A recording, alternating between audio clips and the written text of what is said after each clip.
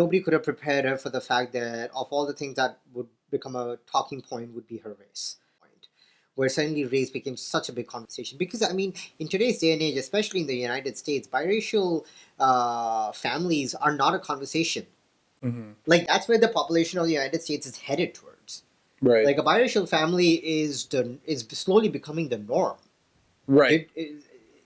Right? Like, the people don't really care anymore. I But wouldn't go that far. I'd say like it depends on where in the United States, but yeah. true.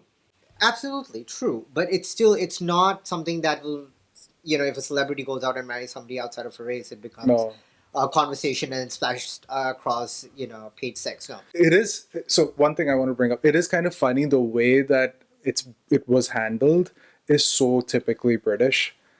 That tight-lipped, What do you mean? we're not really going to say anything about it. It's the most subtle form of racism that exists and has existed there, especially in the UK. It's not like they're openly saying, oh, you're this color, so you shouldn't be royalty. But all the other headlines around it are very subtly taking digs at your race and, saying you're from this neighborhood and there's crime there and all that.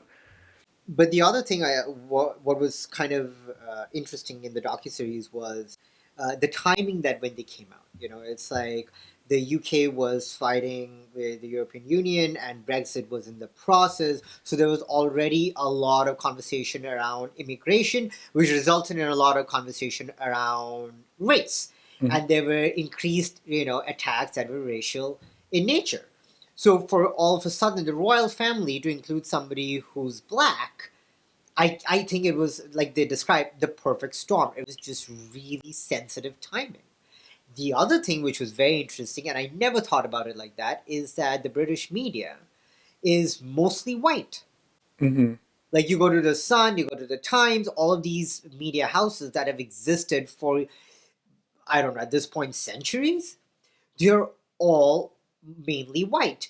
And amongst the journalists, like I think the percentage of people of color is less than 5%. Like it's and amongst journalists it's like less than 1%. Like it's nothing. So all of a sudden I see where to them it's like, whoa, we have now somebody of color in the royal family, or we're gonna milk this. Because I think it was not even just about money.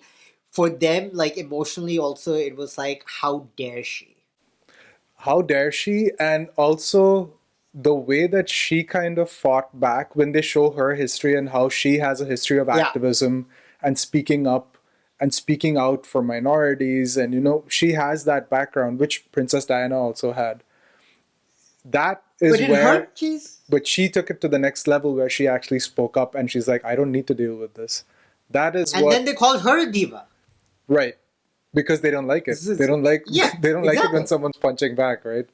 Yes. So that's why I think it's nice to see the fight back.